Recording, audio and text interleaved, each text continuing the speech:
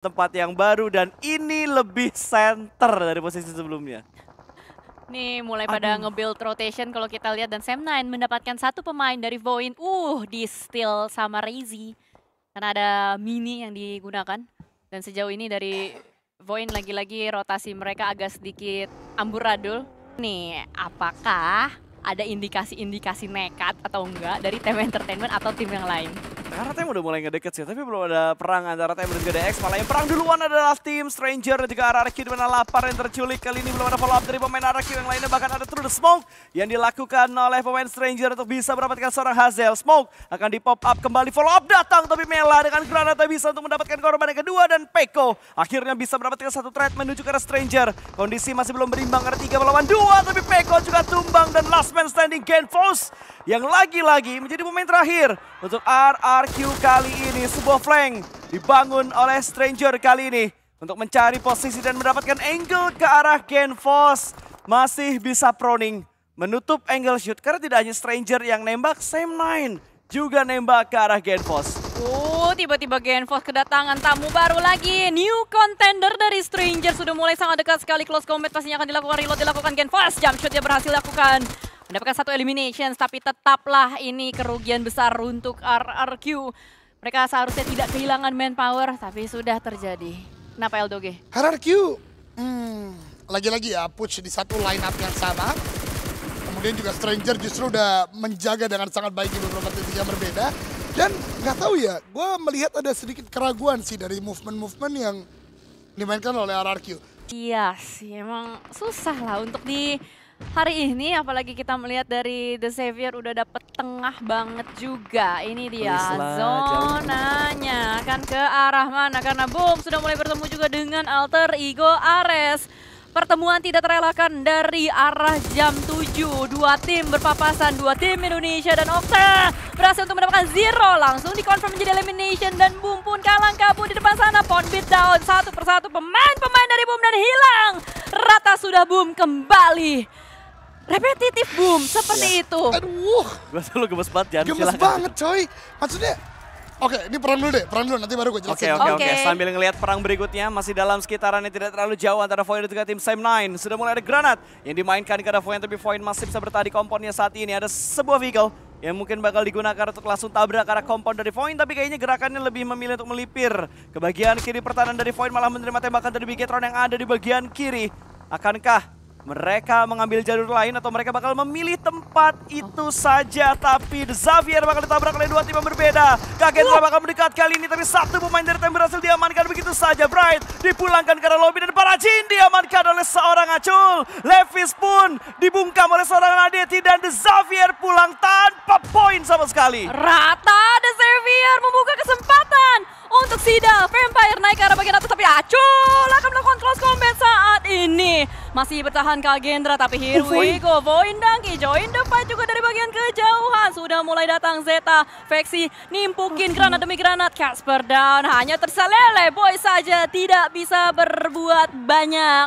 Selesai kembali Kagendra dan Voin Dangki yang berhasil meritik Lagi. tempat gubuk. Kalau tadi gubuk derita, ini komplek derita cuy. Gitu dong Void. Cuman bedanya gini Jan, Kalau tadi tuh Void yang digempur habis-habisan, kali ini Void yang finishing terakhir. Yang ngegempur mereka Betul. Lebar masih untuk Sidal, Vampire dan juga Bigetron. Karena mereka masih selamat dengan 4 pemain.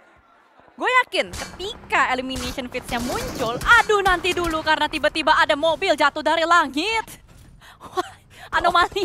Orang mah ketiban rezeki ya, ini ketiban mobil. Ya emang rezeki sih ketiban mobil, cuman nggak ya ketiban dari atas gitu loh. Benar, ini tiba-tiba dua tim hijau lagi bertegur sapa Ozja dan juga Sidal. Tiba-tiba ada yang trading knock. Dan kali ini dari Ozja Thailand pun perlu melakukan revive terhadap Red Bull atau Z-Bull. Bahkan satu granat sudah mulai dilontarkan menuju ke arah bagian depan. Kembali Leon DZ yang mendapatkan seorang Richard. Dimajuin kah Leon DZ? Kembali memasak nades-nya. Siap-siap untuk dilempar dan Jimmy pun siap membackup dari bagian atas sana. Giwi akan menghadapi Jimmy, sementara Chopper akan menghadapi Leon DZ.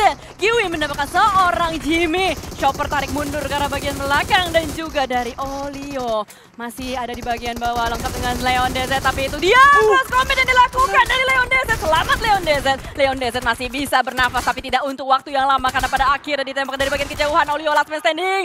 Selcom DG Alliance berharap kepada Olio dan Chopper terlihat di depan sana. Akan terjadi close combat dan what happened? Tiba-tiba ditembak dari bagian kejauhan. Osja yang pulang terlebih dahulu dan Selcom DG Alliance yang masih selamat.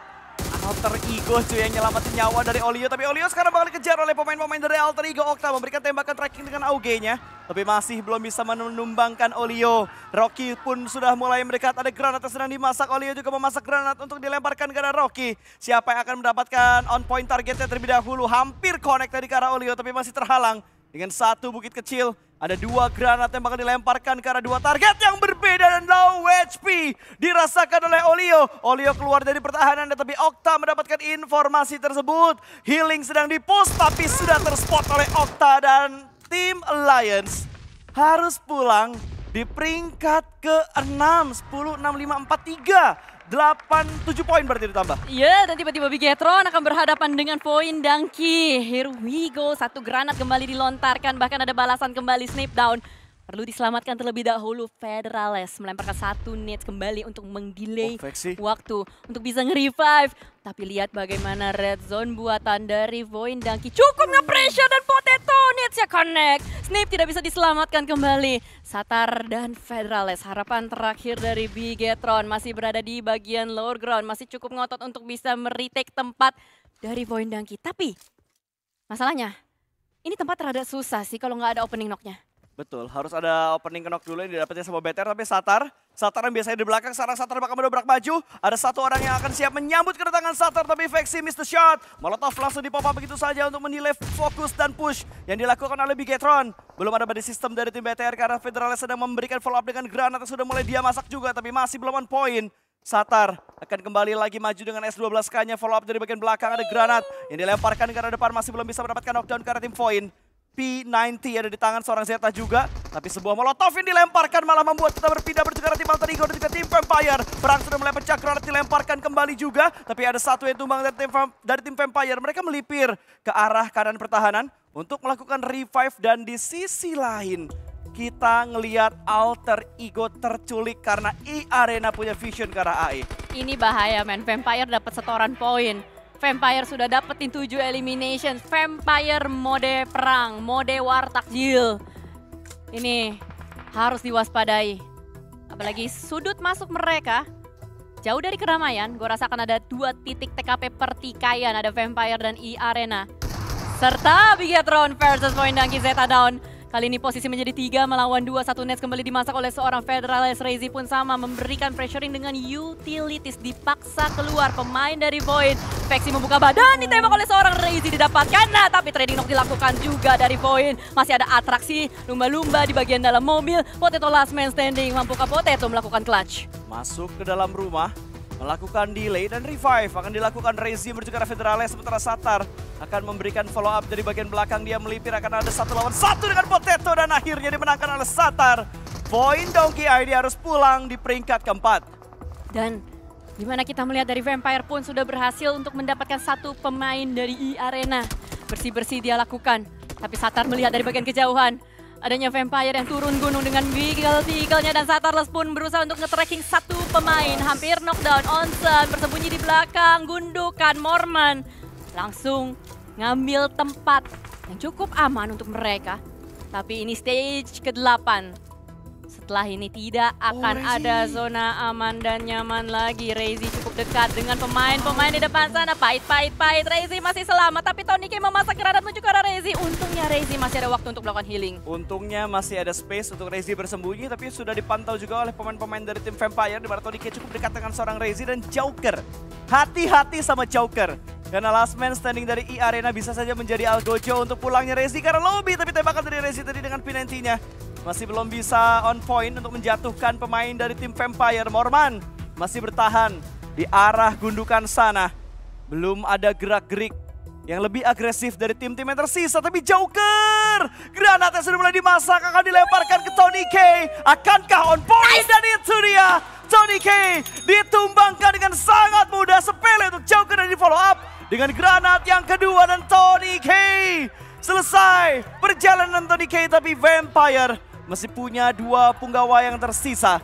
2 melawan 1 yang menjadi wasit Joker. Yes, kembali melihat bagaimana dari Bigetron. Ada 1 smoke terakhir dari seorang Satar. Tidak ada utilities, tidak ada smoke lagi untuk Reizi. Tapi Reizi punya P90. Harus dipaksakan pemain dari Vampire untuk mendekat menuju ke arah Bigetron. Tapi Vampire punya 1 nades. 1 nades dari Vampire yang mungkin akan dilontarkan, tapi sejauh ini masih tentang peluru dan close combat. Dan lihat bagaimana Satarlas menembak dari bagian kejauhan. Reizi pun sama halnya mencicil pemain-pemain dari Vampire. Onsen hilang. Dan hanya ada Mormon seorang diri saja bersembunyi di bawah lower ground. Arena Joker masih menghantui dari bagian high ground. Masih ada di atas sana. Kalau Joker fokus ke Bigetron, ini bahaya. Dan untungnya Satarlas berhasil untuk mendapatkan seorang Joker. Dan ini dia The Last Dance. 1 melawan 2. 1 melawan 2 antara Bigetron dan juga seorang Morman. Stun grenade dilemparkan, tidak buta untuk Mormannya. Morman masih melakukan sebuah pick tipis, tapi ada molotov yang bakal dilemparkan, dioplos. Terbakar 2 molotov dan Morman mungkin bakal langsung pulang menuju ke lobby. Gak akan bisa ditahan, ternyata dia masih bisa bertahan. BTR pun bergerak, 2 orang langsung bergerak beriringan, tapi Bigetron menang dari segi jumlah, menang dari segi posisi, dan menang dari segi weapon.